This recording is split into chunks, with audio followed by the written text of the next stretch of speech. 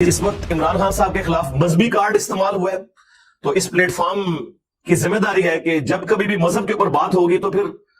اس کا انالیسس اسی plate form سے ہوگا، جو کسی فرقے کو سپورٹ نہیں کرتا، کسی سیاسی پارٹی کو سپورٹ نہیں کرتا، بلکہ قرآن و سنت کے دائرے میں جو صحیح بات ہے وہ امت تک پہنچانے کی کوشش کرتا ہے۔ الحمدللہ اگر تو یہ مذہبی کارڈ استعمال ہوا ہے اس حوالے سے کہ وہ شخص خود سے موٹیویٹڈ تھا اور اس نے قانون کو ہاتھ میں لیا اور وہ جینوئنلی یہ بلیو کرتا تھا کہ عمران خان صاحب نے گستاخی کی ہے یا ختم نبوت کا انکار کیا ہے، نعوذ باللہ، تو یہ بہت خطرناک بات ہے اس نیشن کے لیے، کیونکہ ان چیزوں کو ہم عرصہ دراز سے بھوگت رہے ہیں۔ اور اگر خدا نہ خواستہ یہ سارے کا سارا معاملہ کسی ایجنسی کے ہاتھوں ہوا ہے تو یہ اس سے بھی زیادہ خطرناک بات ہے کہ ہمارے ریاستی ادارے اور ہماری ایجنسیاں مذہبی کارڈ کو یوز کر رہی ہیں دوسروں کے خلاف، اور ایک طرف وہ پیام پاکستان لکھوا رہی ہیں کہ جی نو سٹیٹ ایکٹر نہیں ہونے چاہیے، کوئی شخص قانون ہاتھ میں نہ لے۔ یعنی اگر خدا نہ خواستہ، میں ایزیوم کر رہا ہوں، اگر یہ ایسا ہے نا تو یہ اس سے زیادہ، یہ بلکہ خطرے ناک ہے۔ ہاں اگر سیلف موٹیویٹڈ ہے تو یہ مسئلہ خطرناک ہے، اور اگر یہ یوز کیا ایجنسیوں نے خان صاحب کے خلاف تو یہ خطرے ناک ہے، کیونکہ اس کا تو مطلب یہ ہے کہ ہمارے بڑے جب چاہیں وہ حلال کو حرام اور حرام کو حلال کر لیں گے۔ جو نوید ہے نا حملہ آور، اس کی جو یعنی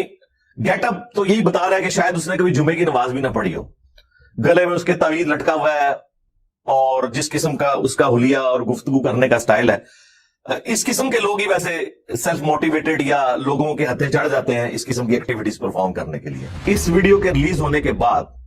کئی اور سر پھیرے تیار بیٹھے ہوں گے، یہ میں آپ کو بتا دوں۔ لوگ تو اس کو رو رہے ہیں نا، اس طرح کی جب ویڈیو عوام میں آ جاتی ہے تو اگر میں تحقیق کر رہا ہوں کہ واقعی خان صاحب نے یہ بات کی تھی تو کئی سر پھیرے تیار بیٹھے ہیں جو کہ دنیا میں نماز پڑھے بغیر، روزہ رکھے بغیر جنت کمانا چاہتے ہیں کسی دوسرے کو جنت میں پہنچا کے، تو وہ تو تیار بیٹھے ہیں۔ یہ وہ ایک عجیب و غریب قسم کی ماں ہے جو اس قسم کے اور دہشت گرد بچے دیتی ہے، جو اس قسم کی ویڈیوز ہیں۔ جب میلاد کے جلسے جلوسوں میں لوگ شامل ہوتے ہیں، رات کو 12-1 بجے جلسے ختم ہوتے ہیں، صبح فجر کے وقت مسجد خالی ہوتی ہے، زور کے وقت جلسہ ختم ہو رہا ہوتا ہے اور اذان ہوتی ہے تو سب لوگ گھروں کو چلے جاتے ہیں لنگر لے کے، مسجد میں نماز پڑھنے کوئی نہیں جاتا، تو ان ساروں کے اوپر بھی کسی نے عشق رسول لبیک یا رسول اللہ کہہ کے نکالا ہے کبھی؟ نہیں، کبھی نہیں نکالیں گے۔ تو ان کا مسئلہ کچھ اور ہوتا ہے۔ اصطلاحاً پیغمبر کا لفظ تو ظاہر ہے کہ پروفٹس کے لیے بولا جاتا ہے، لغت میں تو آپ بے شک کسی کو امن کا پیغمبر کہہ دیں، کسی کو جمہوریت کا پیغمبر کہہ دیں، کسی کو کچھ کہہ دیں، پیغمبر یعنی پیغام لے جانے والا۔ جس طرح وہ گاندھی صاحب جب سعودیہ گئے تھے تو وہاں انہوں نے رسول کا لفظ ان کے لیے یوز کیا تھا کہ رسول امن آ گیا۔ اب پاکستانی تو پڑھے گا تو وہ تو کہے گا یہ گاندھی کو رسول کہہ دیا انہوں نے۔ تو عربی میں تو ڈاکیے کو یا اس طرح سفیر کے لیے رسول کا لفظ استعمال ہوتا ہے۔ ہاں اصطلاح جب استعمال ہوگا تو یہ صرف اس شخصیت کے لیے استعمال ہوگا جو اللہ تعالیٰ نے اپنی طرف سے ریپریزنٹیٹو بھیجا ہے، یعنی انبیاء کرام علیہ السلام۔ اس طرح یہ ہماری عام اردو لنگوسٹک میں بھی امن کا پیغمبر، دوستی کا پیغمبر، پیام لانے والا، یہ پیغمبر نہیں، پیامبر، یہ ٹرمنالوجی یوز ہوتی ہے۔ تو ممکن ہے کہ اس عورت نے کہیں وہ شستہ اردو کا لفظ پڑھ لیا اور اس نے لے آ کے جناب سباز نامے پہنچ دیتا ہے، ٹھیک ہے، اور پڑھ کے مصیبت ہی پا چھڑا خان صاحب نے، اور لیکن اس میں خان صاحب کی ذمہ داری تھی کہ اسٹیٹ سے اس طرح کی بات، اور پھر وہ 14ویں صدی کا اور اس طریقے سے بولا جو وہ کنڈیم کرنا چاہیے تھا۔ ہم یہ نہیں کہہ رہے کہ سیاست اور مذہب یہ دو الگ چیزیں ہیں، یہ ایک بالکل الگ معاملہ ہے، لیکن آپ جو پاکستان کی سیاست کر رہے ہیں نا، اس کا واقعی مذہب سے کوئی لینا دینا نہیں ہے۔ جو جھوٹ کے اوپر، بلیمز کے اوپر،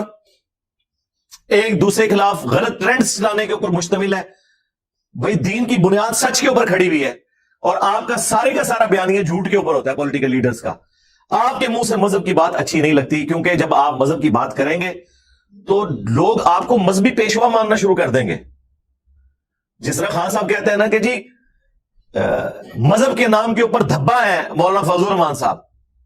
تو سرکار ان کے ماننے والے بھی آپ کے بارے میں یہ سوچتے ہیں کہ آپ بھی مذہب کے نام کے اوپر دھبا ہے۔ تو بہتر یہ ہے کہ دونوں مذہب سے دستبردار ہو جاؤ، ٹھیک ہے، اپنی سیاست جو کرنی ہے کرو۔ اب اس سے پوچھیں کہ باقی چیزوں میں تو کہہ رہے میرے پاس ویڈیوز ہیں، ٹھیک ہے، تو نکال اس کی کون سی تیرے پاس ویڈیو ہے جس میں خان صاحب نے کہا کہ میں اسرائیل کو تسلیم کرنا چاہتا ہوں؟ ہاں درجنوں ویڈیوز